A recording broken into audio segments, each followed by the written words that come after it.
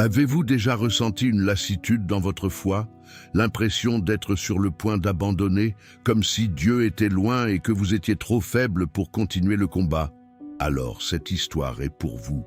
Parce que le livre des Hébreux, ce n'était pas écrit pour des gens parfaits. Ce livre a été écrit pour des croyants comme vous, comme moi, qui parfois doutent, qui parfois ont peur, qui ont été blessés, persécutés, désorientés. Des personnes qui ont bien commencé, mais qui se demandent maintenant si cela vaut la peine de continuer. L'Épître aux Hébreux est plus qu'une lettre, est un cri d'encouragement, un appel urgent, un électrochoc pour l'âme. C'est Dieu qui vous rappelle qui est Jésus et pourquoi il suffit. Tout au long de ce récit, nous analyserons chaque ligne de ce livre puissant. Voyons comment Christ est supérieur à tous ce que ce monde a à offrir. Comme son sang ouvre le chemin du ciel, comme son sacrifice est éternel, et comment son royaume est inébranlable, même si tout autour de vous tremble. Mais nous allons aussi nous tourner vers l'intérieur. Nous allons parler de fatigue, de froid et de la tentation de reculer, parce que l'Épître aux Hébreux aborde la véritable souffrance des croyants. Mais cela montre aussi la seule véritable issue, fixer son regard sur Jésus. Alors restez avec moi. Parce que ce n'est pas seulement l'histoire complète du livre des Hébreux, c'est votre histoire, et Dieu veut la réécrire avec vous, du lieu de la souffrance jusqu'au trône de la grâce, du doute à une foi inébranlable. Es-tu prêt? Alors écoutez, parce que Dieu a parlé par son Fils, et aujourd'hui, il s'adresse à vous. Si vous avez déjà senti votre foi faiblir, que vous étiez sur le point d'abandonner ou que Dieu était silencieux, cette vidéo est pour vous. Abonnez-vous dès maintenant à la chaîne et activez les notifications car vous êtes sur le point de découvrir l'histoire complète du livre des Hébreux. Une histoire qui cela peut changer votre façon de voir Jésus, votre souffrance et votre raison d'être. Et pendant que vous regardez la vidéo, laissez un commentaire ci-dessous « Seigneur, renouvelle ma foi ». Votre témoignage peut être le mot d'ordre dont quelqu'un d'autre a besoin pour ne pas abandonner. 1. Le mystère de l'auteur inconnu. Depuis les premiers siècles de la foi chrétienne, l'Épître aux Hébreux inspire un profond respect et aussi une grande fascination. Car contrairement aux autres épîtres du Nouveau Testament, elle ne commence ni par une introduction de l'auteur, ni par les salutations traditionnelles, ni par « moi, Paul » ou à l'église de... Non. L'Épître aux Hébreux débute d'une manière différente, d'une manière qui bouleverse l'âme. Après avoir autrefois parlé à nos pères par les prophètes, à maintes reprises et de bien des manières, Dieu nous a parlé en ces derniers jours par son Fils. Qui a écrit cette lettre si marquante? L'histoire raconte que pendant des générations, on a débattu pour savoir s'il s'agissait de l'apôtre Paul, en raison de la profondeur de son style théologique. D'autres pensaient qu'il pouvait s'agir d'Apollos, éloquent et versé dans les Écritures. Certains ont proposé Luc, voire Barnabé. D'autres encore ont suggéré qu'il s'agissait d'une femme de foi comme Priscille, disciple instruite et fidèle. Mais la vérité est, personne ne le sait avec certitude. Et peut-être, juste peut-être, que ce n'était pas un accident. Car le véritable protagoniste de cette lettre, ce n'est pas l'auteur humain, ce n'est pas sa signature, ce n'est pas son histoire, c'est Jésus. Chaque mot, chaque verset, chaque argument est soigneusement conçu pour exalter la grandeur du Christ. Dès les premières lignes, l'Épître aux Hébreux l'affirme clairement. Ceci n'est pas une lettre concernant le messager, c'est une proclamation concernant le Fils de Dieu. Mais à qui s'adressait ce message?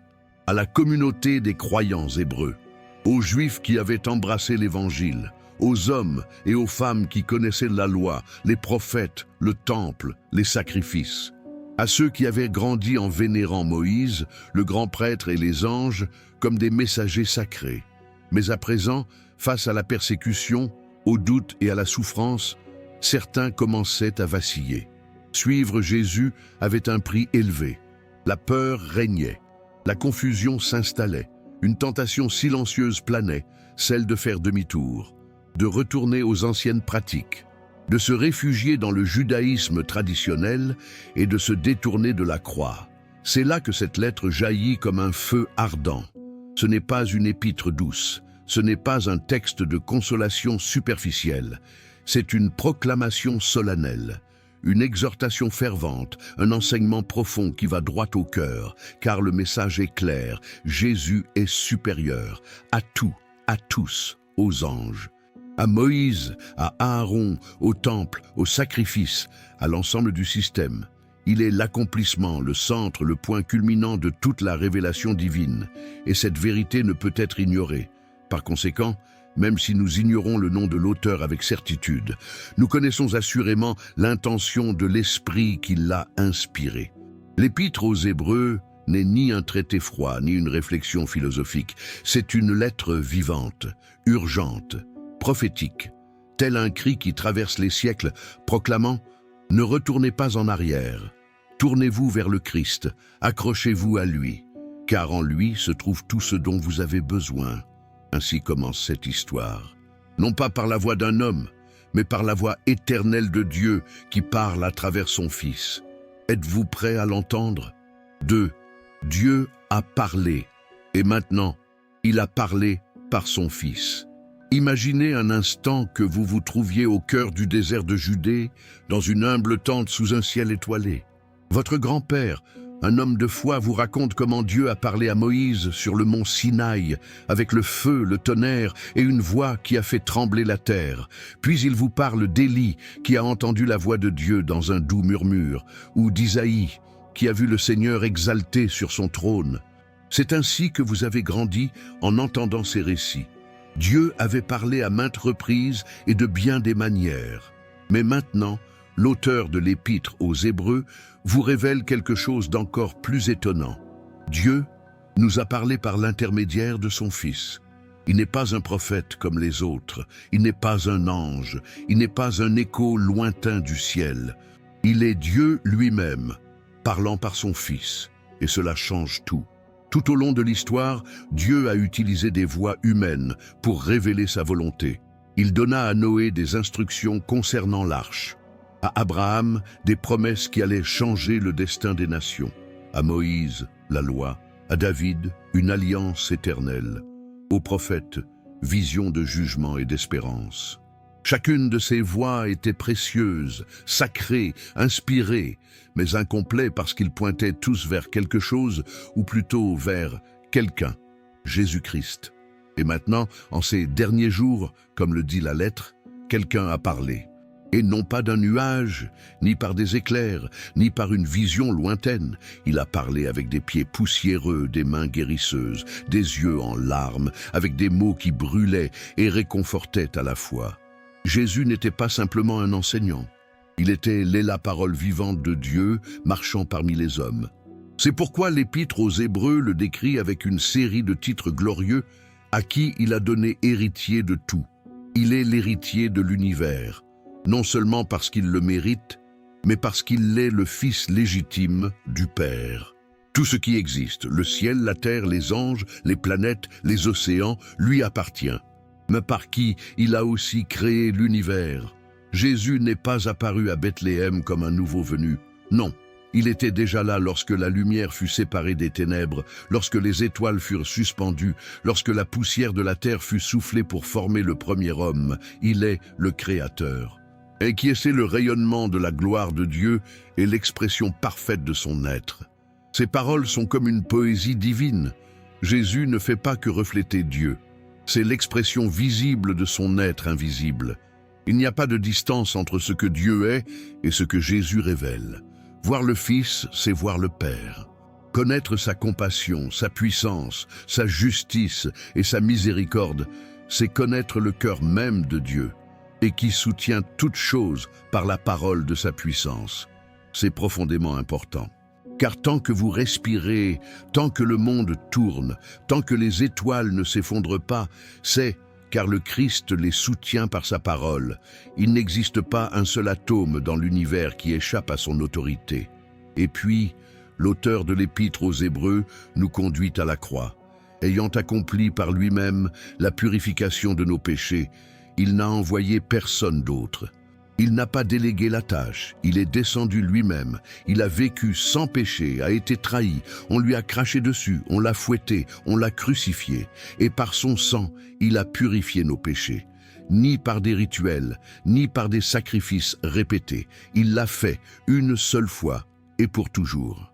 Enfin, le texte indique, il s'assit à la droite de la majesté divine. Sais-tu ce que cela signifie? Les travaux ont été achevés. Dans le temple, les prêtres ne s'asseyaient jamais, car le travail des sacrifices ne s'arrêtait jamais.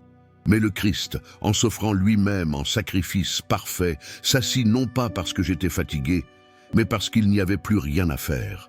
Voici la voix qui parle maintenant, une voix qui ne se contente pas d'instruire, traite, une voix qui ne se contente pas de corriger, restaurer, une voix qui non seulement exige sacrifier, et cette voix, la voix du Fils, il parle encore aujourd'hui.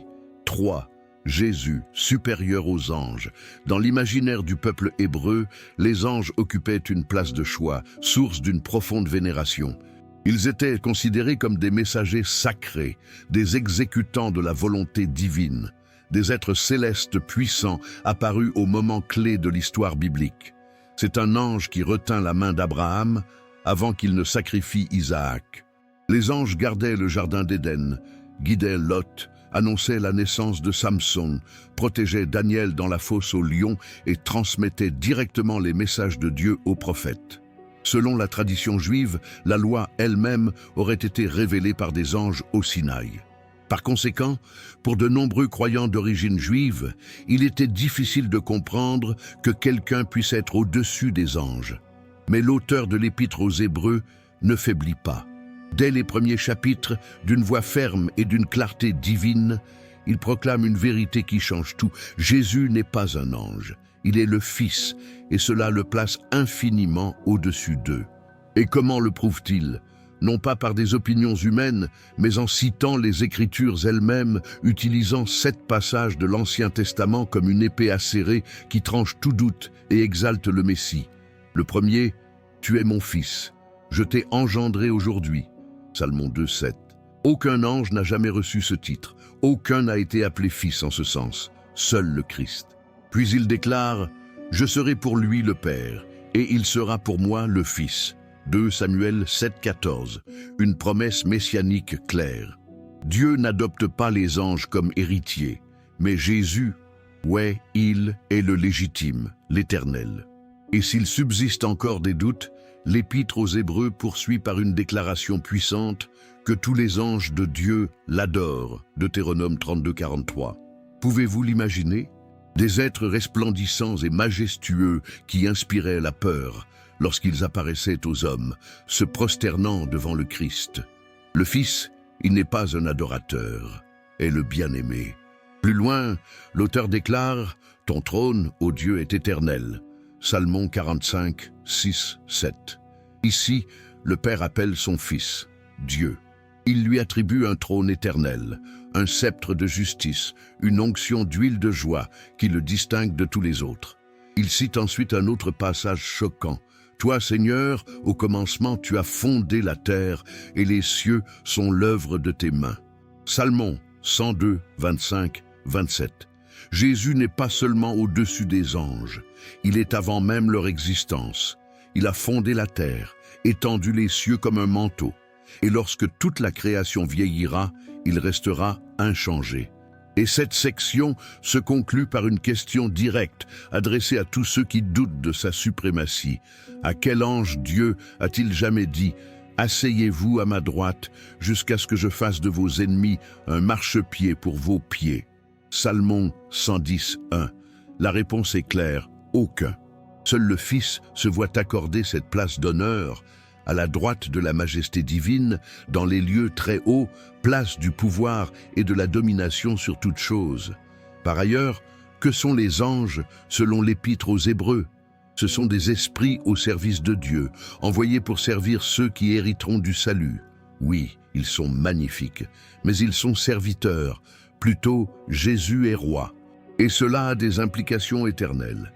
Car si Jésus est supérieur aux anges, alors son message est plus puissant, son autorité est absolue et son sacrifice est suffisant. Nous n'avons pas besoin de médiateur céleste quand nous avons au Fils intronisé.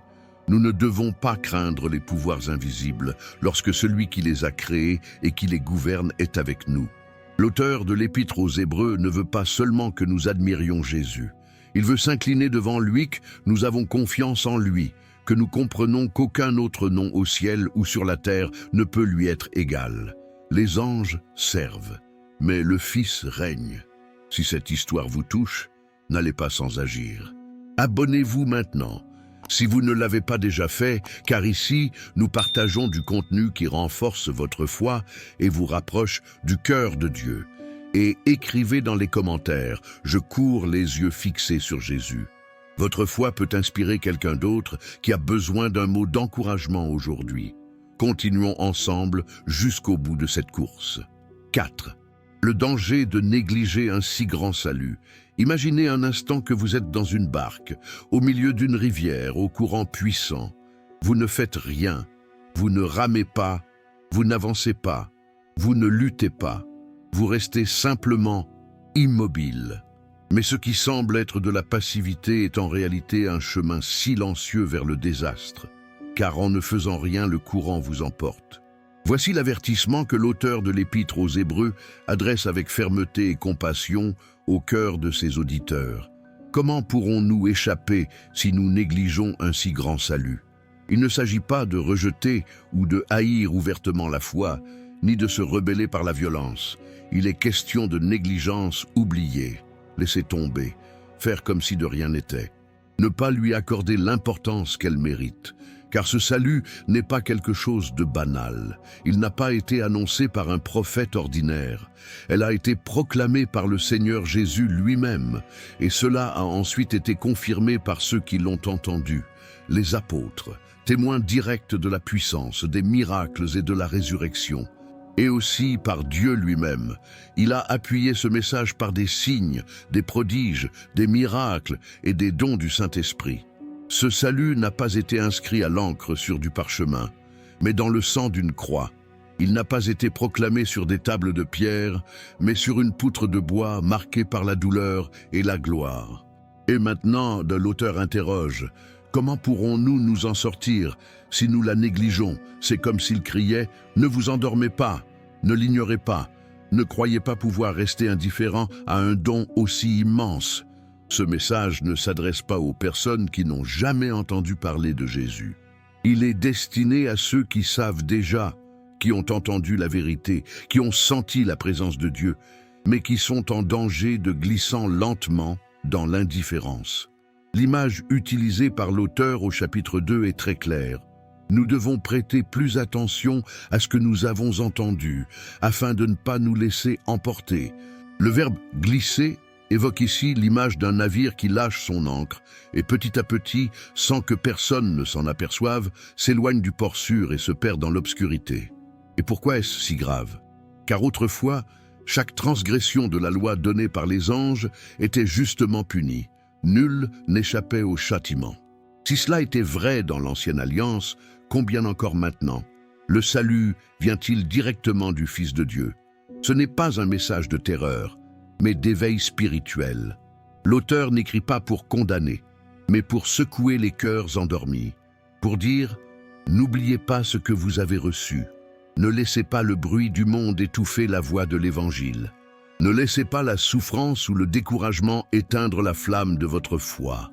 Ce salut est si grand, si glorieux, si incomparable, que nous ne pouvons pas prendre cela à la légère.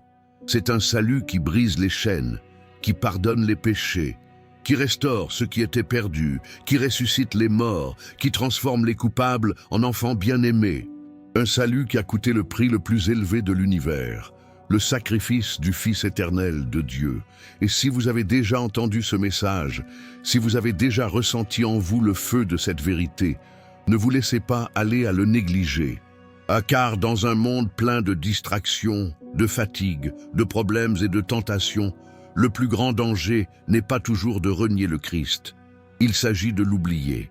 C'est pourquoi l'auteur de l'Épître aux Hébreux nous regarde droit dans les yeux à travers les siècles et nous supplie Ne baissez pas votre garde, ne vous laissez pas gagner par le froid, ne vous laissez pas aller à la dérive. Le salut est devant vous, vivant, puissant, incomparable. Ne laissez pas passer cette opportunité. 5. Christ, grand prêtre miséricordieux. Dans l'histoire d'Israël, le grand prêtre occupait une place centrale, presque sacrée.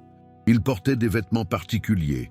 Sa poitrine était ornée de pierres précieuses portant les noms des 12 tribus. Et il était le seul être humain autorisé à pénétrer une fois par an dans le Saint des Saints du Temple, lieu où l'on croyait que la présence même de Dieu résidait. Mais cet accès était bref, empreint de crainte et de tremblement. Le grand prêtre devait se purifier par le sang, d'abord pour ses propres péchés, puis pour ceux du peuple, car lui aussi était un homme pécheur. Mais maintenant, l'auteur de l'Épître aux Hébreux nous présente à un autre type de grand prêtre, un être sans défaut, un être éternel, un être qui n'entre pas dans un temple fait de mains humaines, mais perce les cieux et se tient directement devant le trône de Dieu. Ce prêtre est Christ. Et le plus extraordinaire n'est pas seulement OMS, mais comment est, car il n'est ni un dirigeant distant, ni un être céleste froid et inaccessible. Il ne s'agit pas d'un personnage qui observe de haut, sans comprendre la souffrance humaine. Tout le contraire. L'Épître aux Hébreux dit qu'il peut comprendre nos faiblesses, pourquoi il a été tenté de toute manière, comme nous, mais il n'a pas péché. Vous vous rendez compte de ce que cela signifie? Jésus sait ce que ça fait. Être rejeté par les siens, pleurer la mort d'un ami, ressentir la fatigue du corps, être tenté par l'ennemi, entendre des calomnies et des mensonges, faire l'expérience de la solitude, de la trahison et d'une profonde angoisse. Il n'est pas venu au monde en flottant sur des nuages. Il a marché sur des chemins poussiéreux. Il a transpiré sous le soleil de Galilée. On lui a craché dessus, on l'a battu et humilié. Et à Gethsémani, son âme fut si affligée que sa sueur devint comme des gouttes de sang. C'est pourquoi, lorsque vous vous agenouillez et criez, vous ne parlez pas à quelqu'un qui ne comprend pas. Votre grand prêtre, il sait exactement ce que tu ressens. Et il n'est pas le seul à le savoir. Il vous accueille avec miséricorde. L'auteur de l'Épître aux Hébreux le dit avec une tendresse impressionnante. Approchons-nous donc avec assurance du trône de la grâce de Dieu, afin d'obtenir miséricorde et de trouver grâce pour être secourus dans nos besoins. Hébreux 4, 16. Ce trône n'est pas fait pour juger ou condamner ceux qui cherchent sa face. C'est un trône de grâce, un endroit où l'on relève les genoux fléchis. Là où les cœurs brisés se réparent, là où les pécheurs repentants sont accueillis. Et voici une vérité puissante, il n'est pas nécessaire d'être parfait pour se rapprocher, il suffit d'être sincère. Tu n'as pas besoin de cacher ta honte, tu n'as pas besoin de faire semblant d'aller bien. Christ-il ne se détourne pas des faibles, il se penche, il s'approche, il touche, il sauve. Il est le grand prêtre qui intercède pour vous chaque jour. Il n'y a jamais un moment où ses mains sont vides. Il ne se passe pas une nuit où sa voix ne te mentionne pas auprès du Père. Et contrairement aux prêtres de l'Ancien Testament qui mouraient et étaient remplacés, Christ vit éternellement. Son sacerdoce est éternel. Son intercession ne s'arrête pas.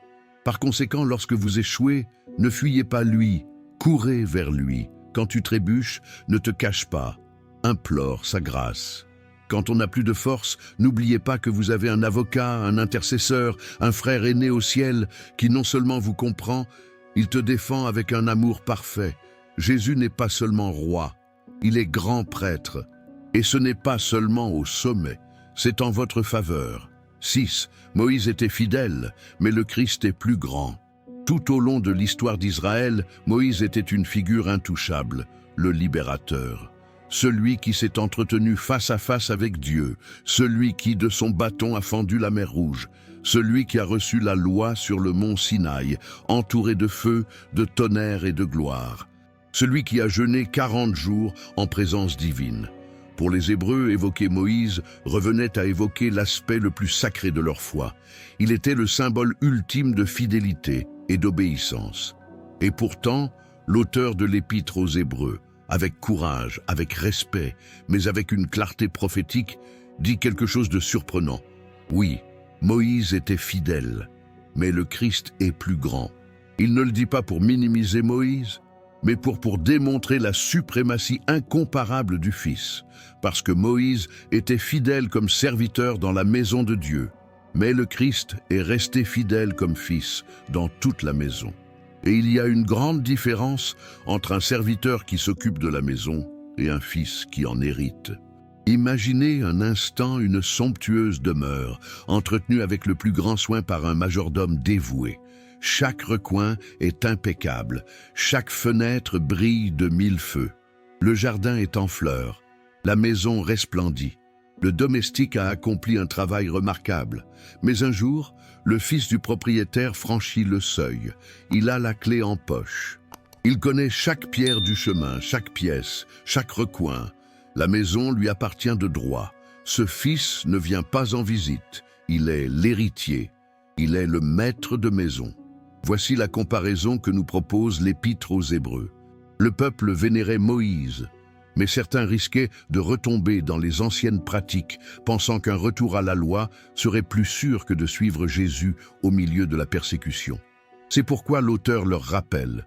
Moïse était un serviteur fidèle, certes, mais tout ce qu'il faisait annonçait quelque chose de plus grand, quelqu'un de plus glorieux.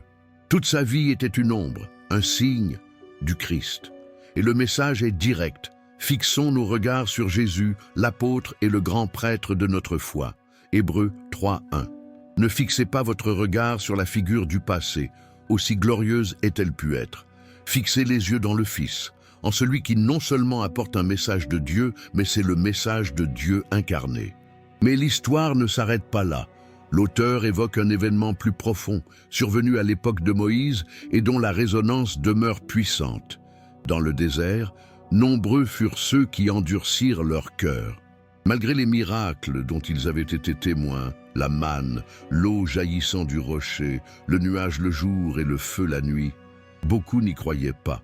Et c'est pourquoi ils ne se reposèrent pas, ils l'avaient promis. Ils sont morts dans le désert, non par manque de pain, mais par manque de foi. Et puis vient l'avertissement. Si vous entendez sa voix aujourd'hui, n'endurcissez pas vos cœurs comme lors de la rébellion. Il ne s'agit pas seulement de se souvenir que le Christ est plus grand que Moïse. Il s'agit de ne pas répéter les erreurs du passé, car le même Dieu qui a parlé au Sinaï parle maintenant par son Fils. Et si ceux qui ont désobéi à Moïse ne sont pas entrés dans la terre promise, à quel point est-il plus grave de tourner le dos au Christ? Le message est urgent, mais plein d'espoir. Toujours, le peuple de Dieu trouve le repos. Toujours, la porte est ouverte. Toujours la voix du Fils appelle. Il n'y a qu'une seule condition. N'endurcissez pas votre cœur. Ne laissez pas la douleur, le doute ou la routine éteindre votre foi. Ne laissons pas les tests nous faire régresser, car le Fils est plus grand. Son alliance est éternelle. Son amour est parfait. Et sa maison est notre maison. Car l'Épître aux Hébreux dit une chose glorieuse, et nous sommes sa maison, si nous conservons fermement jusqu'à la fin notre assurance et notre joie dans l'espérance. Vous n'êtes pas un invité temporaire, vous n'êtes pas un serviteur distant, vous faites partie de la maison du Fils. Et dans cette maison, il y a de la place, il y a du repos, il y a de la grâce. Une seule question est posée, une foi vivante, ferme et persévérante. 7. Le véritable repos qui reste pour le peuple de Dieu. Au fond de chaque être humain réside un désir silencieux et profond qui transcende le repos physique. C'est un désir de vrai repos. Il ne s'agit pas seulement de bien dormir ou de prendre un jour de congé, mais de trouver un lieu ou un état d'esprit où l'on peut dire « Je n'ai plus besoin de fuir, je n'ai plus besoin d'avoir peur, je suis chez moi ». Ce désir n'est pas nouveau. Il a commencé en Éden, lorsque l'humanité vivait en parfaite harmonie avec Dieu. Le péché a brisé cette harmonie, et depuis lors, l'humanité est en quête de cette paix perdue. Et c'est précisément ce que nous dit l'auteur de l'Épître aux Hébreux, d'un repos qui demeure ouvert, accessible, mais que tout le monde ne peut atteindre. Rappelons-nous ce qui est arrivé à Israël dans le désert, Dieu les a fait sortir d'Égypte par sa main puissante, a ouvert la mer Rouge pour eux, les a nourris de manne et les a guidés par une nuée et une colonne de feu. Il leur promit une terre, le pays de Canaan, un lieu de repos après des années d'esclavage. Mais lorsqu'ils atteignirent les portes de ce pays, la plupart n'est pas entrée. Pourquoi ils n'y croyaient pas? Parce que leur cœur était endurci, parce que bien qu'ils aient vu les merveilles, ils ne leur faisaient pas entièrement confiance en Dieu. Et le résultat fut tragique. Une génération entière est morte dans le désert, non pas à cause de la faim, non pas à cause des guerres, mais à cause de l'incrédulité. L'Épître aux Hébreux aborde cet épisode non pas comme un récit ancien, mais comme alerte en direct. Car il existe un repos encore plus glorieux que celui de Canaan, éternel, qui n'est ni terrestre ni temporaire. Un repos de l'âme, un repos en Dieu. Et le reste, il est toujours ouvert. Le texte déclare solennellement, il reste donc un repos sabbatique pour le peuple de Dieu. Hébreux 4:9. Ce n'est pas un symbole, ce n'est pas une illusion, c'est une réalité spirituelle, un repos durant lequel nous cessons nos propres œuvres, tout comme Dieu s'est reposé des siennes lors de la création. Non pas parce que nous cessons de travailler, mais parce que nous cessons d'essayer de nous sauver par nos propres forces. Nous avons cessé de porter le poids de la culpabilité, nous avons cessé de courir après l'approbation des hommes. Entrer dans cet état de repos et vivre en ayant pleinement confiance en Christ. L'auteur lance alors un appel puissant, presque urgent. Efforçons-nous donc d'entrer dans ce repos, afin que personne ne tombe en suivant le même exemple de désobéissance. Hébreux 4:11. Le mot « procuremos » implique diligence, effort, intention. Parce que ce repos, ce n'est pas automatique. Cela ne vient pas simplement de la fréquentation de l'Église, ni du fait d'être né dans une famille religieuse. C'est un appel personnel, intime et direct. Et ce qui vous empêche d'entrer, ce n'est ni votre passé, ni vos faiblesses. C'est de l'incrédulité. C'est pourquoi chaque fois que Dieu parle, chaque fois que sa parole résonne, nous devons écouter avec humilité. Et l'Épître aux Hébreux le précise juste après. La parole de Dieu est vivante et efficace, plus tranchante qu'une épée à double tranchant. Elle pénètre le cœur, discerne les pensées, révèle les intentions. On ne peut lui échapper. On ne peut la tromper. Et puis il dit, tout est nu et découvert aux yeux de celui à qui nous devrons rendre compte. Dieu voit au-delà des apparences. Il sait si nous trouvons véritablement la paix en lui ou si nous ne faisons que répéter des mots. Il sait s'il y a une foi vivante ou simplement une routine religieuse. Mais voici l'espoir. La période de repos reste ouverte. La promesse n'a pas été annulée. Et si aujourd'hui vous entendez sa voix, si votre cœur est brisé, si vous décidez de faire confiance et de vous reposer dans l'œuvre parfaite du Christ, alors ce repos est pour vous. Vous n'aurez plus à le porter seul. Vous n'avez plus besoin de vous battre pour prouver votre valeur. Vous n'avez plus à vivre dans la peur ou la culpabilité. Car il existe en Dieu un lieu, un véritable repos éternel, qu'elle est réservée à ceux qui croient. Si cette histoire a touché votre âme jusqu'à présent, c'est parce que Dieu touche quelque chose de profond en vous. N'ignorez pas cet appel.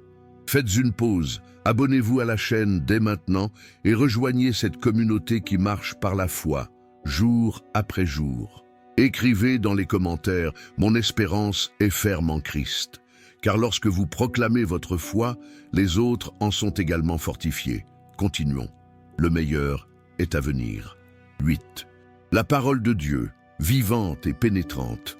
Dans un monde saturé de mots, où l'on parle pour parler, où l'on écrit sans réfléchir, où les discours remplissent les oreilles sans transformer le cœur, l'auteur de l'Épître aux Hébreux jaillit avec une déclaration qui fend l'air comme l'éclair.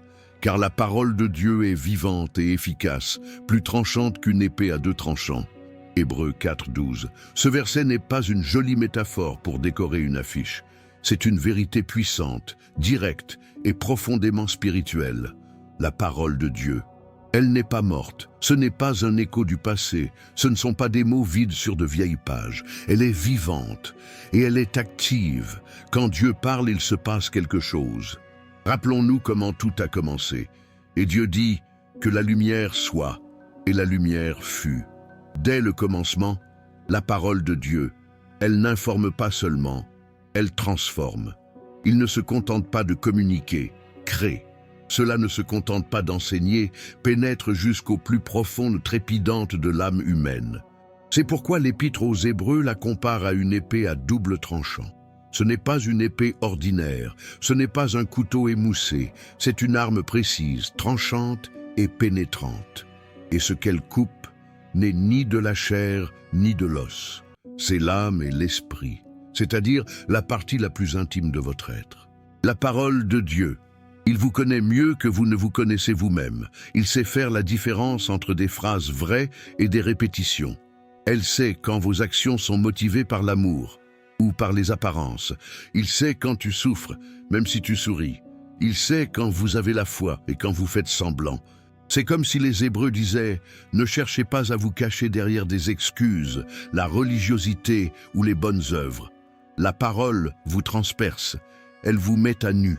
Elle vous révèle. » Et au cas où il subsisterait le moindre doute, le verset suivant ajoute sans équivoque « Rien dans toute la création n'est caché à la vue de Dieu. Tout est découvert et mis à nu devant celui à qui nous devrons rendre compte. » Hébreux 4, 13. Il ne s'agit pas simplement d'un livre, il s'agit d'une présence vivante, d'un Dieu qui parlait, voyait et jugeait avec une justice parfaite. Et là, un événement choquant se produit, ce qui peut paraître au premier abord comme une menace.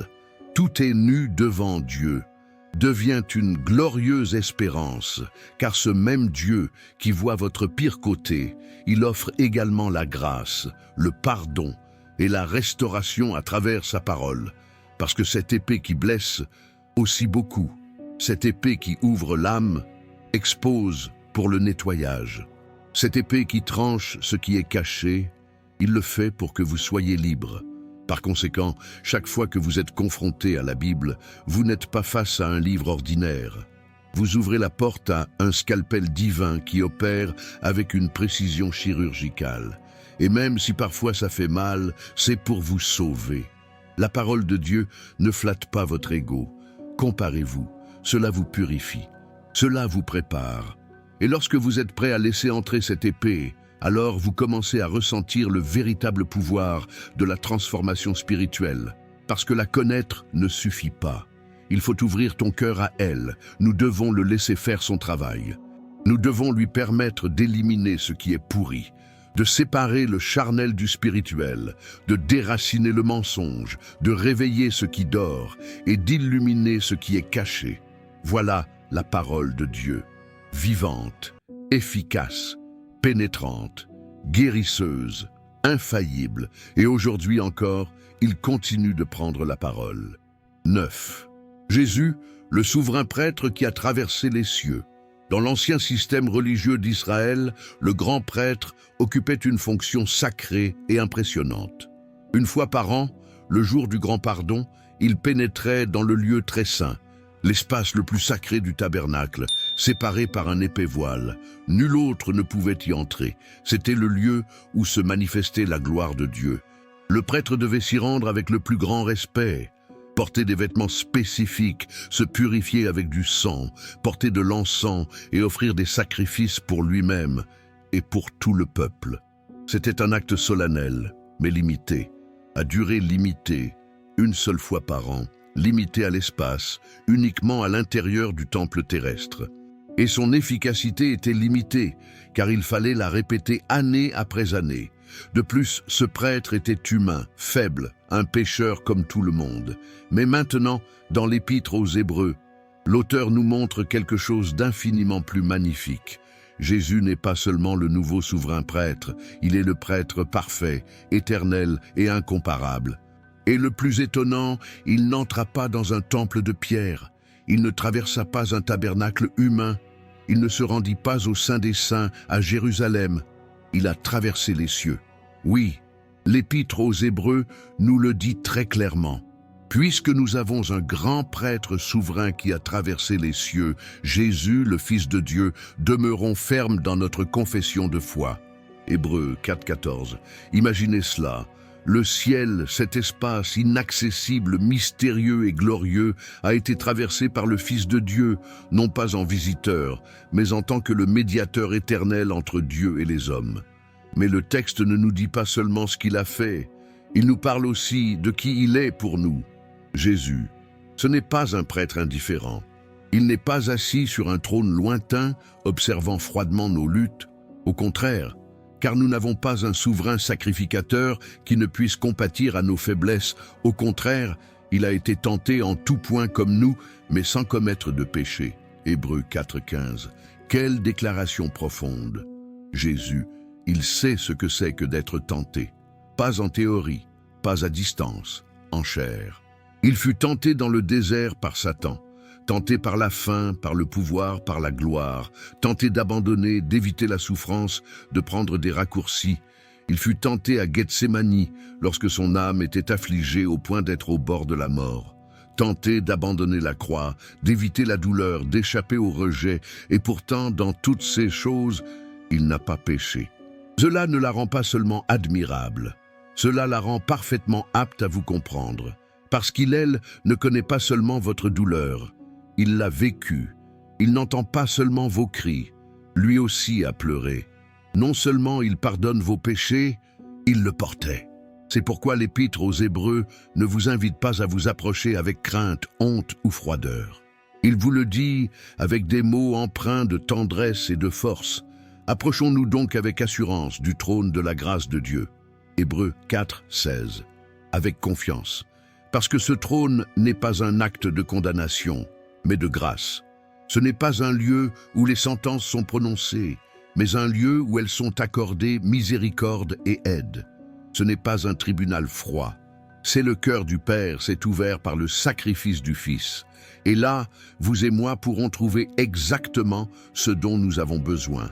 Ayez pitié de nos faiblesses, la grâce pour notre vide, une aide opportune pour nos crises. Peu importe le nombre de fois où vous êtes tombé, peu importe si vous vous sentez faible, perdu, brisé, il vous comprend, il vous attend, il vous accueille. Jésus a traversé les cieux pour nous ouvrir la voie, ni symbolique ni figurative, un chemin vivant, réel, éternel. Alors quand vous priez, vous savez que l'on vous écoute. Quand tu cries, tu sais que tu es compétent. Quand vous échouez, tu sais que tu peux revenir. Car Jésus, notre grand prêtre, continuait d'intercéder pour nous. 10. Prêtre selon l'ordre de Melchisédek. Tout au long du récit biblique, certains noms brillent comme des phares, et d'autres n'apparaissent que furtivement, tels des éclairs dans la nuit, mais recèlent de profonds mystères. L'un de ces noms est Melchisédek, une figure énigmatique, presque silencieuse, qui apparaît soudainement dans le livre de la Genèse, lorsqu'Abraham revient de la bataille pour secourir son neveu Lot. Là, dans les vallées de Canaan, Melchisédek, appelé roi de Salem et prêtre du Dieu Très-Haut, apparaît avec du pain et du vin et bénit Abraham, le père de la foi. Qui était cet homme? D'où vient-il? Pourquoi son apparition fut-elle si brève et pourtant si significative? Pendant des siècles, les sages juifs ont débattu de ce mystère, mais c'est dans l'Épître aux Hébreux que le voile est enfin levé. On y découvre que Melchisédek, il n'est pas seulement un personnage historique, c'est une figure prophétique et modèle céleste, ce qui préfigure une personne beaucoup plus âgée, Jésus-Christ, le souverain prêtre éternel. Selon la loi mosaïque, tout prêtre devait être un descendant d'Aaron, de la tribu de Lévi. Telle était la règle. Nul ne pouvait se présenter devant Dieu au temple sans avoir cette lignée généalogique. Mais Jésus, il n'était pas né dans la tribu de Lévi, était né dans la tribu de Juda. Et cela, pour beaucoup, le disqualifiait, mais pas devant Dieu. Pourquoi? Le sacerdoce du Christ n'est ni humain ni terrestre. Il est céleste et éternel. Ce n'est pas conforme à l'ordre d'Aaron, c'est conforme à l'ordre de Melchisédek. L'auteur de l'Épître aux Hébreux explique cette vérité spirituelle en détail. Melchisédek est décrit comme quelqu'un sans généalogie, sans commencement des jours, ni fin de la vie, ce qui en fait une ombre vivante de l'Éternel. Non pas parce que je n'avais littéralement pas de parents, mais parce que le récit biblique ne mentionne ni ses origines, ni sa mort. Et ce n'est pas un hasard. C'est un signe, un symbole, une figure prophétique annonçant le Christ. Jésus, comme Melchisédek, il est à la fois roi et prêtre. Chose inédite en Israël, les rois étaient issus de Juda, les prêtres de Lévi. Mais en lui, ces deux fonctions sont parfaitement unies. Il règne avec justice, il intercède avec miséricorde, et tandis que les prêtres lévites offraient quotidiennement des sacrifices, répétant sans cesse les mêmes rites, car le sang des taureaux et des boucs ne pouvait pas enlever le péché, le Christ a offert un seul sacrifice, le sien, une fois pour toutes. Ce sacerdoce est indestructible. Il ne vieillit pas, il n'a pas besoin de successeur. Cela ne dépend pas de l'hérédité humaine, parce que cela a été confirmé par serment divin. Le Seigneur l'a juré, et il ne reviendra pas sur sa décision. Tu es prêtre pour toujours, selon l'ordre de Melchisédek. Hébreux 7, 21. Et ça change tout. Cela signifie qu'aujourd'hui, lorsque vous vous agenouillez, vous n'avez pas besoin d'un prêtre humain pour intercéder en votre faveur. Vous avez déjà un grand prêtre parfait au ciel, un suivi pour intercéder pour vous jour et nuit, un qu'il n'y a aucune ombre de péché, qu'il n'a pas besoin de faire de sacrifice pour lui-même. Pourquoi il est saint, innocent, pur, séparé des pécheurs et exalté au-delà des cieux. Et grâce à lui, nous avons un accès direct au Père, pas par des rituels. Non pas grâce à un mérite personnel, mais par le sang de l'agneau éternel. Le sacerdoce de Melchisédek était un avant-goût de ce qui allait arriver. Le sacerdoce du Christ, c'est le cri glorieux de la rédemption accomplie. Il est le pont entre le ciel et la terre, le médiateur entre Dieu et les hommes. Le prêtre qui ne meurt pas ne faillit pas, et elle ne se lasse jamais d'aimer. 11. Un nouveau pacte avec de meilleures promesses. Pendant des siècles, le peuple d'Israël a vécu sous l'ombre d'une alliance ancienne, l'alliance de la loi donnée par Dieu par l'intermédiaire de Moïse sur le mont Sinaï. Ce fut un moment sacré. Les montagnes tremblèrent, le feu descendit et la voix de l'Éternel résonna avec puissance. Dieu avait délivré son peuple d'Égypte et scellait désormais une alliance avec lui. Il lui donna des commandements, des rites, des sacrifices et des lois de pureté. Et le peuple, saisi de crainte, répondit « Tout ce que Jéhovah a dit, nous le ferons. » Mais il y avait un problème, pas avec Dieu, mais avec eux. Car aussi parfaite que soit la loi, le cœur humain était encore faible, rebelle et enclin au péché. À maintes reprises, Israël a failli. À maintes reprises, ils ont rompu l'alliance. À maintes reprises, ils ont eu besoin du sang des animaux pour couvrir leurs péchés, sans pouvoir les effacer complètement. C'est pourquoi l'auteur de l'Épître aux Hébreux annonce une chose glorieuse. Ce vieux pacte n'était plus qu'un souvenir. Un nouveau pacte est arrivé, et celui-ci est meilleur. Non pas parce que le précédent était mauvais, mais parce que cela porte en soi de meilleures promesses. Et ici, l'Épître aux Hébreux cite les paroles du prophète Jérémie, écrites des siècles plus tôt, alors qu'Israël vivait une crise et un exil, et que tout semblait perdu. « Voici que les jours viennent, déclare le Seigneur, où je ferai une nouvelle alliance avec le peuple d'Israël et avec le peuple de Juda. » Jérémie 31, 31, 34, cité dans Hébreux 8, 8, 12.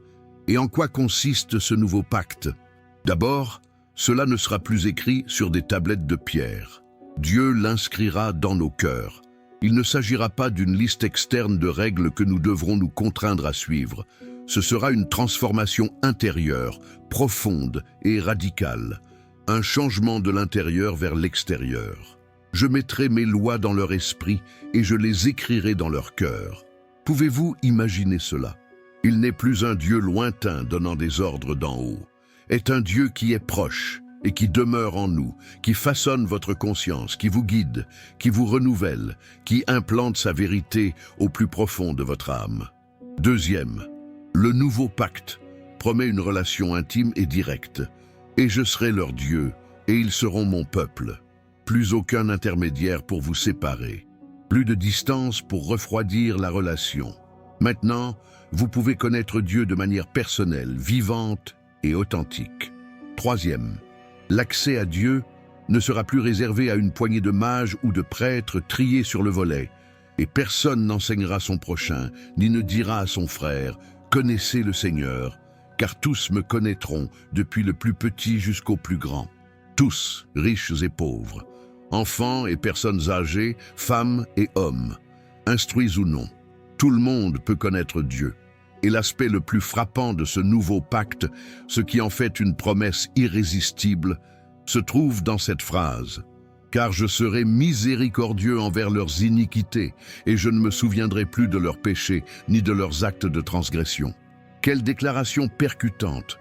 Dieu ne se contente pas de pardonner, il décide d'oublier. Elle ne conserve pas de traces, elle ne ravive pas le passé, elle ne vous jette pas votre histoire au visage. Sa grâce efface, purifie, restaure. Et tout cela est possible par le Christ. Il est le médiateur de ce nouveau pacte. Il n'est pas venu renouveler l'ancienne, il n'est pas venu renforcer la loi. Elle est venue accomplir cette promesse et inaugurer quelque chose de totalement nouveau. Un pacte scellé non avec du sang animal, mais avec son propre sang. Une alliance qui ne dépend pas des efforts humains, mais de l'œuvre accomplie par le Fils de Dieu. Un pacte sans date d'expiration, car il est éternel. C'est pourquoi l'Épître aux Hébreux déclare « En disant une nouvelle alliance, il a rendu la première caduque, et ce qui est caduque et vieilli est près de disparaître. » Hébreux 8, 13. L'ancien système était nécessaire en son temps. Il servait de tuteur, de guide, mais maintenant a été surpassé par la plénitude de l'Évangile. Le nouveau pacte ne se contente pas de vous dire ce que vous devez faire. Cela vous donne les moyens de le faire. Cela ne se contente pas de révéler qui est Dieu. Cela vous permet de faire sa connaissance. Cela ne se contente pas de vous dire que le pardon existe. Ce pardon vous transforme. Et ce pacte s'est ouvert pour vous. Aujourd'hui, maintenant, arrêtez-vous une seconde. Si ce mot vous interpelle, vous encourage ou éveille quelque chose en vous, c'est parce que vous n'êtes pas arrivé ici par hasard.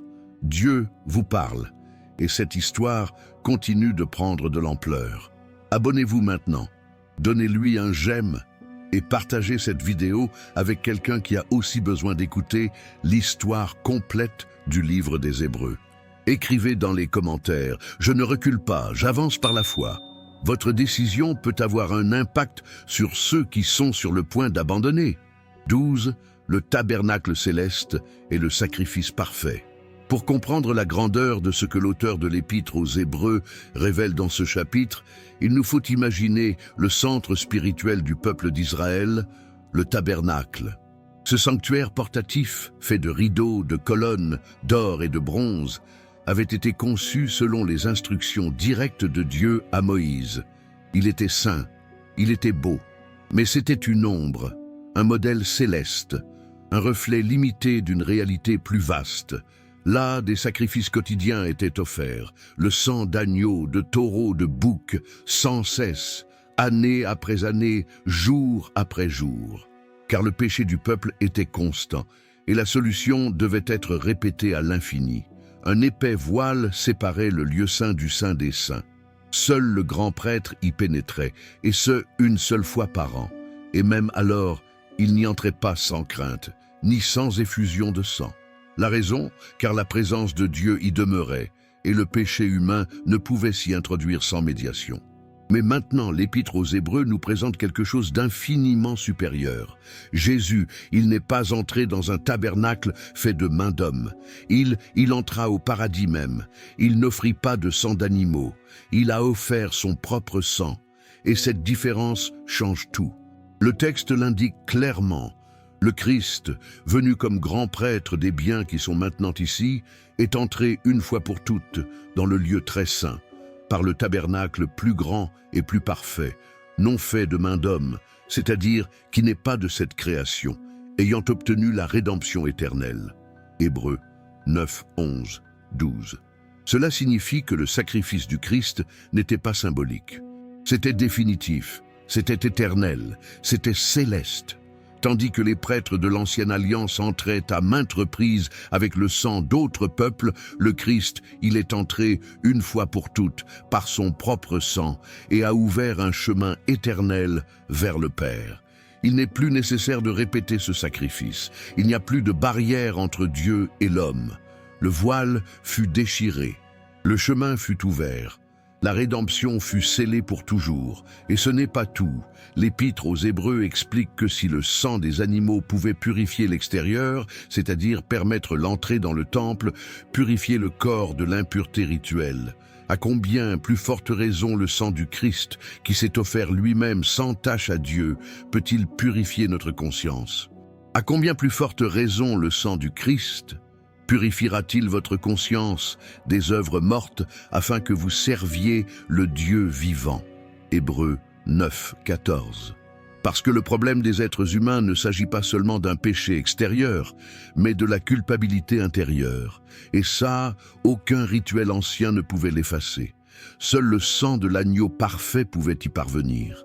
C'est pourquoi le Christ est appelé le médiateur du nouveau pacte.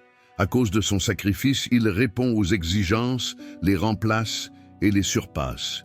Tout ce qui précède, plus d'autels de pierre, plus d'animaux abattus, plus de prêtres humains en robes sacrées. Maintenant, le ciel est le tabernacle. Et Jésus, ressuscité et glorifié, il intercède avec son propre sang, non pas comme un acte symbolique, mais comme une réalité vivante. L'Épître aux Hébreux aborde également un point crucial. Un testament ou un accord n'est pas valable du vivant du testateur. Il ne prend effet qu'après son décès, quand la mort survient, et le Christ décédé. Son sang était le sceau, sa croix, l'autel. Et sa résurrection, la confirmation que l'offre a été acceptée. C'est pourquoi tout a changé. C'est pourquoi nous ne vivons plus en ayant pour objectif un temple physique, ni en attendant un autre sacrifice. Nous vivons les yeux tournés vers le ciel, où notre grand prêtre règne et prie pour nous. Le sacrifice était parfait, le sang a suffi, les travaux ont été achevés. Désormais, chaque fois que vous vous souvenez de la croix, vous ne vous souvenez pas seulement de la douleur, vous vous souvenez de l'instant précis où le ciel s'est ouvert pour toujours. Et vous, quelle que soit votre histoire, votre passé ou votre culpabilité, vous pouvez entrer, non pas en raison de ses mérites, pas par des rituels, par le sang de l'agneau qui a percé les cieux et ouvert le chemin de l'éternité. 13. L'appel à vivre par la foi. Tout au long de sa lettre aux Hébreux, l'auteur a démontré par des arguments convaincants que Christ est supérieur en tout. Il était supérieur aux anges, supérieur à Moïse, supérieur au sacerdoce lévitique, supérieur à l'ancienne alliance et aux sacrifices rituels. Mais au chapitre 11, quelque chose change. Il ne s'agit plus seulement de théologie ou de structure du temple, mais d'une invitation personnelle, urgente et profondément spirituelle. Vivre par la foi, non pas comme un concept vague ou mystique, non pas comme quelque chose réservé aux personnes très spirituelles, mais comme le seul vrai moyen de plaire à Dieu. Le chapitre s'ouvre sur une définition qui a résisté à l'épreuve du temps. Or, la foi est une ferme assurance des choses qu'on espère, une démonstration de celles qu'on ne voit pas. Hébreux 11, 1. La foi n'est pas une émotion. Ce n'est pas de l'optimisme religieux, ce n'est pas une hypothèse optimiste. C'est la certitude, c'est la conviction. Et voir avec les yeux de l'âme ce qui n'est pas encore manifesté dans le monde physique. C'est accepter les promesses de Dieu comme étant réelles, même lorsque tout autour de vous dit le contraire. Puis, l'auteur nous emmène en voyage. Un voyage sacré, glorieux et émouvant, le défilé des héros de la foi. Mais attention, ces héros ne sont pas parfaits. C'étaient des êtres humains comme vous et moi, avec des peurs, des erreurs, des doutes et des larmes, mais aussi quelque chose qui les rendait différents. Ils croyaient en Dieu. Par la foi, Abel offrit à Dieu un sacrifice meilleur que celui de Caïn. Ce n'était pas seulement l'offrande, c'était son cœur, c'était son obéissance, c'était son dévouement sincère. Par la foi, Enoch, il marchait avec Dieu et disparut car Dieu l'a pris. Un homme qui marchait si près du Seigneur qu'un jour il a franchi la frontière entre le temps et l'éternité. Par la foi, Noé est averti de choses qui n'étaient pas encore visibles. Avec crainte, il prépare l'arche. Il a bâti pendant des années, sans pluie, malgré les moqueries. Mais il avait confiance. Et sa foi, il a sauvé sa maison. Abraham obéit par la foi, quittant leur terre sans savoir où ils allaient. Et par la foi, il habitait sous des tentes, espérant une cité aux fondations solides, dont l'architecte est Dieu. Et par la foi, il offrit Isaac, son fils bien-aimé, croyant que Dieu pourrait le ressusciter si nécessaire. Par la foi, Séra, bien qu'elle fût stérile, elle reçut la force de concevoir, car il croyait que celui qui avait fait la promesse était fidèle. Par la foi, Moïse, il renonça à être appelé le fils de la fille de Pharaon, préférant souffrir avec le peuple de Dieu plutôt que de jouir des plaisirs temporaires du péché. Il a célébré Pâques par la foi et traversa la mer Rouge, comme s'il s'agissait de la terre ferme. Et ainsi, nom après nom, histoire après histoire, l'Épître aux Hébreux tisse une glorieuse tapisserie de vie qu'ils marchèrent par la foi. Josué, Rahab, Gédéon, Barak, Samson, Jephthé, David, Samuel, les prophètes.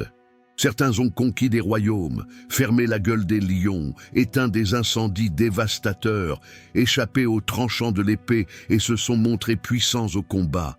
Mais d'autres, ils furent persécutés, emprisonnés, sciés en deux, lapidés et tués par l'épée. Ils erraient à travers montagnes, grottes et déserts, pauvres, maltraités, rejetés. Et voici l'une des phrases les plus choquantes de toute la lettre, dont le monde n'était pas digne. Hébreux 11, 38. Des gens ordinaires, dotés d'une foi extraordinaire. Les gens qu'ils ont vécus sans voir ce qui leur avait été promis, mais ils sont morts, regardant vers l'éternité, sachant que le meilleur restait à venir. Et maintenant, l'auteur s'adresse à vous, à nous, à cette génération. Et il nous dit, puisque nous sommes entourés d'une si grande nuée de témoins, rejetons tout fardeau et courons avec persévérance l'épreuve qui nous est proposée, les yeux fixés sur Jésus, qui est l'auteur de la foi et qui l'amène à la perfection. Hébreux 12, 1, 2. Cette course ne se court pas à toute vitesse, il est exécuté de manière constante. On ne gagne pas par la force, il est gagné, regardez le Christ. Parce que la foi, il ne s'agit pas de se tourner vers l'intérieur, il s'agit de se tourner vers le ciel.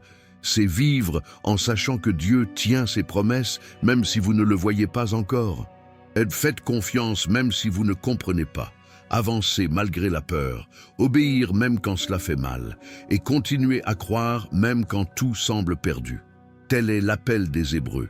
Vivre par la foi, pas à vue, non pas par émotion, non pas par habitude, par la foi, comme ceux qui nous ont précédés. Et maintenant, à notre tour. 14. Carrière, discipline et persévérance. Après nous avoir présenté la galerie des héros de la foi dans Hébreux 11, des hommes et des femmes qui ont fait confiance aux promesses de Dieu malgré la souffrance, l'attente ou la mort, l'auteur change de ton. Il ne se contente plus de nous faire admirer le passé. Il veut maintenant que nous levons-nous et courons. Oui, parce que la vie chrétienne, il ne s'agit pas d'une contemplation statique, ni d'une cérémonie rituelle, ni une répétition de mots. C'est une carrière, un voyage, un appel à l'action constante, à la résistance, à la fidélité. Et il le déclare donc par une image qui éveille l'âme. C'est pourquoi nous aussi, puisque nous sommes entourés d'une si grande nuée de témoins, rejetons tout fardeau et le péché qui nous enveloppe si facilement, et courons avec persévérance l'épreuve qui nous est proposée. Hébreux 12, 1. Imaginez un instant un vieux stade, le sable est poussiéreux, les tribunes sont pleines. Mais pas de n'importe quel spectateur. Ce sont ceux qui ont couru avant vous, Abel, Enoch, Noé, Abraham, Sarah, Moïse, David, tous. Ils vous surveillent non pas en tant que juges, mais en tant que des témoins qui prouvent qu'il est possible d'atteindre le bout. Et ensuite l'auteur vous dit « Cours, mais ne courez pas à l'aveuglette, ne courez pas sans but, ne courez pas juste pour courir. Cours avec un but précis, patiemment, avec des instructions. Et pour bien fonctionner, il y a deux choses que vous devez laisser derrière vous. 1. Tout poids. En d'autres termes, tout ce qui vous ralentit. Ce n'est peut-être pas un péché, mais cela vous vole votre force. Une relation toxique, une habitude épuisante, une inquiétude excessive, une distraction constante. Il y a des choses qui, bien que n'étant pas mauvaises en soi, ils vous volent votre progression spirituelle. 2. Le péché qui te tourmente. Ce péché qui non seulement est présent, mais elle vous entoure, elle vous hante, essayant sans cesse de vous attraper. Et ici, l'appel n'est pas à le tolérer, mais à dépouiller là, laisser tomber comme un vieux manteau qui empêche de courir librement. Mais alors, comment mener à bien cette course sans abandonner? Comment persévérer face à la lassitude, aux épreuves, aux critiques et au silence de Dieu? Il n'y a qu'une seule réponse, ayant les yeux fixés sur Jésus, l'auteur et le consommateur de notre foi. Ne vous concentrez pas sur vous-même. Ne les placez pas dans d'autres couloirs. Ne les mettez même pas sur le banc des témoins. Fixez vos yeux sur lui. Parce que Jésus a pris le départ de cette course avant toi. Et elle l'a terminée. Et elle ne l'a pas dirigée avec des privilèges divins. Elle a couru souffrir le mépris, la honte, la croix. Mais il l'a fait avec joie, sachant ce qui allait suivre. La rédemption de millions d'âmes, le triomphe éternel, la gloire du Père. C'est pourquoi, lorsque vous courez et que vous sentez que vous ne pouvez plus continuer, tournez-vous vers Jésus. Lorsque vous êtes tenté d'abandonner, n'oubliez pas qu'il n'a pas abandonné. Quand vous êtes las de lutter contre le péché, contre l'apathie, contre la tristesse, n'oubliez pas qu'il est allé jusqu'au bout. Et voici quelque chose de profondément révélateur. Car dans votre lutte contre le péché, vous n'avez pas encore résisté jusqu'à verser votre sang. Hébreux 12, 4. C'est comme s'il disait « N'abandonnez pas si vite, vous pouvez encore donner ». Le Christ a tout donné pour vous. Et puis un autre problème crucial entre en jeu, la discipline divine. Beaucoup pensent qu'être discipliné par Dieu est un signe de punition. Mais l'Épître aux Hébreux l'exprime avec tendresse et clarté. Le Seigneur corrige celui qu'il aime et il châtie tous ceux qu'il reconnaît comme ses fils. Hébreux 12, 6. Pour discipliner, ce n'est pas un rejet, c'est une preuve d'adoption. C'est la preuve que tu es un fils, pas un bâtard, parce qu'aucun parent aimant ne laisse son enfant sans correction. Oui, ça fait mal, mais ce n'est pas fait pour te détruire, c'est fait pour te façonner, c'est pour que vous puissiez participer à la sainteté de Dieu. C'est pour que cela produise quelque chose en vous, fruit pacifique de la justice. Puis, l'auteur vous encourage comme un bon coach. Relevez vos mains qui s'affaissent et fortifiez vos genoux chancelants et tracez des chemins droits pour vos pieds. Hébreux 12, 12, 13. C'est-à-dire, ne restez pas bloqués, ne vivez pas dans le regret, ne cédez pas aux plaintes, relève-toi, reprends le bon chemin, rectifie ta trajectoire. Persévère, parce que cette course, ça vaut le coup. Et un objectif vous attend, et une couronne incorruptible vous est réservée. Ne regardez pas l'horloge, ne te compare pas aux autres. Ne vous focalisez pas sur la vitesse, courez avec patience, courez avec foi. Courez en gardant les yeux fixés sur Jésus. 15. Un royaume inébranlable et une dernière exhortation. À l'approche de la fin de la lettre aux Hébreux, le ton de l'auteur s'élève comme une trompette qui résonne dans l'âme. Il ne se contente plus d'instruire, maintenant, tremblement. Cela ne se contente plus de révéler, appelé d'urgence. Et l'enjeu est loin d'être négligeable. Éternité. Après avoir démontré la supériorité du Christ en tout, prêtre, médiateur, sacrifice, alliance, et après avoir exhorté le croyant à vivre par la foi et la persévérance, l'auteur aborde maintenant le sujet suivant. Levez votre regard vers l'avenir. Et ce qu'il voit est impressionnant. Encore une fois, et j'ébranlerai non seulement la terre, mais aussi les cieux. Hébreux 12, 26. Il cite le prophète Agé, mais cette prophétie prend aujourd'hui tout son sens dans un avertissement puissant. Dieu enlèvera tout ce qui peut être ébranlé. Tout est temporaire, tout est instable, tout est construit de main d'homme. Le politique, l'économique, le religieux, le social, tout va être bouleversé. L'histoire de l'humanité regorge de royaumes qui semblaient éternels. Égypte, Babylone, Perse, Grèce, Rome. Ils accédèrent tous au pouvoir, à la splendeur, et tout le monde est tombé. Car ce qui est bâti sur la chair, sur l'orgueil ou sur le sable, il ne subsiste pas. Mais au milieu de ce tremblement prophétique, l'Épître aux Hébreux offre une glorieuse espérance. C'est pourquoi, puisque nous recevons un royaume inébranlable, soyons reconnaissants et rendons à Dieu un culte qui lui soit agréable, avec respect et crainte. Hébreux 12, 28. Vous l'entendez? Il existe un royaume qui ne peut être déplacé, pas à cause des guerres, pas à cause des pandémies, non pas à cause des crises mondiales, non pas à cause d'attaques ennemies, un royaume éternel, ferme, pur, juste. Un royaume où nous avons déjà commencé à recevoir des colis. Ce n'est pas encore un royaume visible comme ceux de ce monde.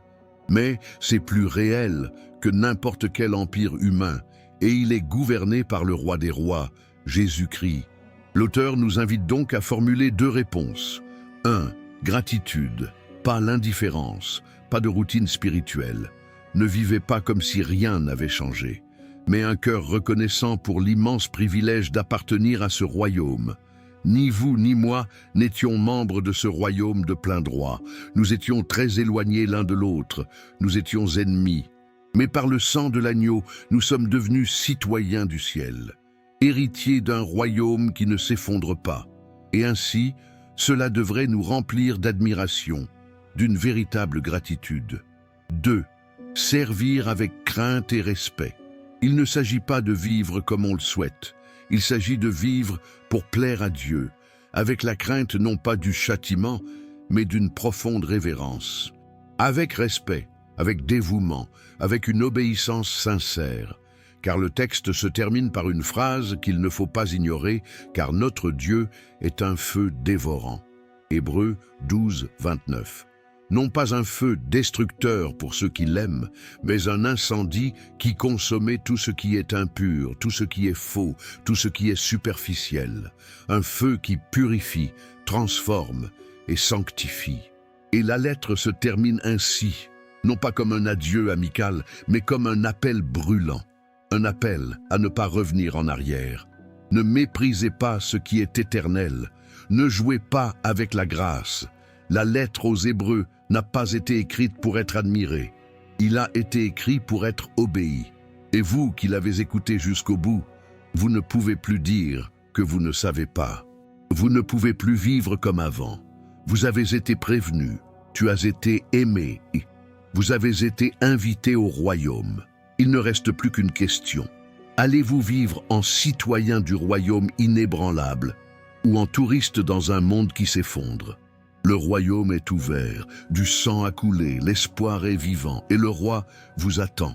Maintenant que vous avez analysé chaque ligne de cette lettre importante, vous savez que l'Épître aux Hébreux n'est pas qu'un livre ancien, est une voix vivante qui continue de parler au cœur blessé, à l'âme lasse, aux croyants sur le point d'abandonner. Parce que nous sommes tous passés par là à un moment donné, j'ai le sentiment que ma foi se refroidit. Ces promesses semblent lointaines.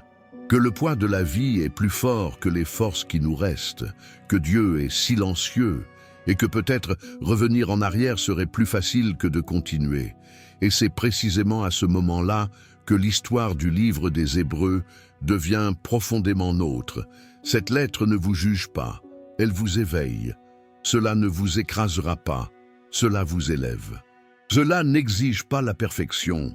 Cela vous rappelle que vous avez déjà un grand prêtre qui intercède pour vous, celui qui a percé les cieux, celle qui sait ce que c'est que pleurer, saigner, attendre.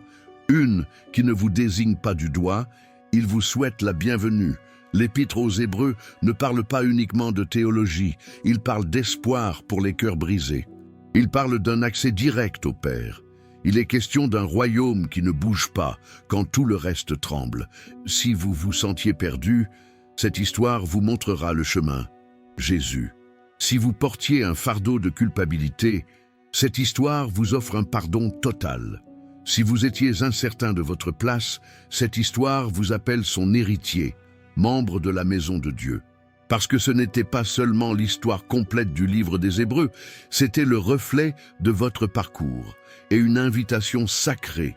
N'y retournez pas, ne perdez pas espoir, n'arrêtez pas de courir, car celui qui a promis est fidèle, et ce qui va arriver est encore meilleur, inébranlable, éternel.